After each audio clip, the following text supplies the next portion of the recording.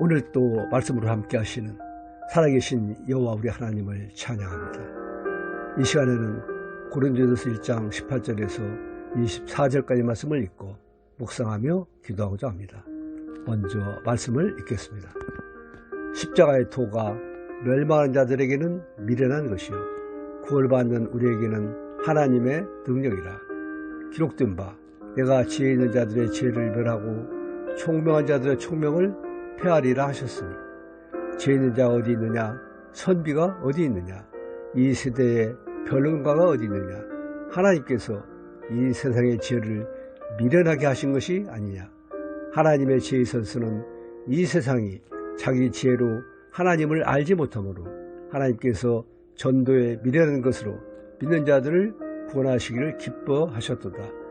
유대인은 표적을 구하고 헬라인은 지혜를 찾으나 우리는 십자가에 못 박힌 그리스도를 전하니 유대인에게는 거리끼는 것이요 이방인에게는 미련한 것이로되 오직 부르심을 받은 자들에게는 유대인이나 헬라인이나 그리스도는 하나님의 능력이요 하나님의 지혜니라.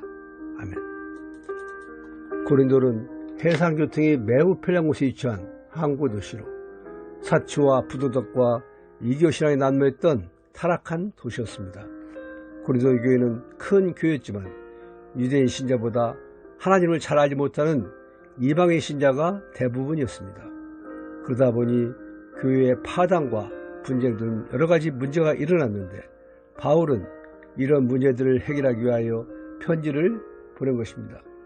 바울은 이 편지를 통하여 고린도 교회 내에 있던 가장 큰 파벌인 유대인과 헬라인을 향하여 십자가의 도와 능력을 보여주려 하고 있습니다.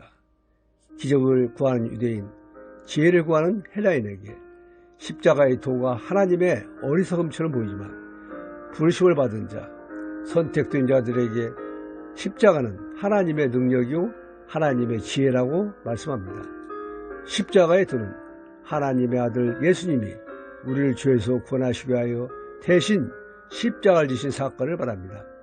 당시 사람을 십자가에 매달아 죽이는 것은 가장 고통스럽고 수치스러운 처형 방법이었습니다.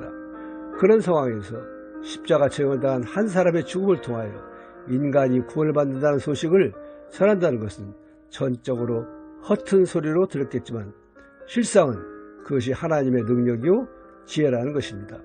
우리 모두 놀라운 하나님의 은혜와 사랑에 감사하며 이 기쁜 복음을 만천에 전하는 증인으로 살아가야 할 것입니다. 기도하겠습니다. 십자가의 도가 멸망한 자에게는 미련한 것이요 구원받는 우리에게는 하나님의 능력이라 말씀하신 하나님, 창조주께서 우리 주를 대신하여 십자가를 지신 사랑의 사건이 하나님의 능력임을 알게 하시니 감사합니다. 이 세상이 자기 지혜로는 하나님을 알지 못하므로 전도에 미련한 것으로 믿는 자들을 구원하시기를 기뻐하셨다 말씀하신 하나님, 전도는 오직 예수 그리스도와 그가 십자가에 못 박히신 것만을 전하는 것으로 설득력 있는 지혜의 말이 아니라 성령의 나타나심과 성령의 능력이 있음을 알았사오니 말씀으로 가득 채워 예수님을 바로 전하는 능력이 있는 성령의 사람으로 살아가게 없소서. 예수님 이름으로 기도드립니다. 아멘. 오늘 묵상할 하나님의 말씀은 고린도전서 1장 18절 말씀입니다. 십자가의 도가 멸망하는 자들에게는 미련한 것이요 구원을 받는 우리에게는 하나님의 능력이라. 아멘.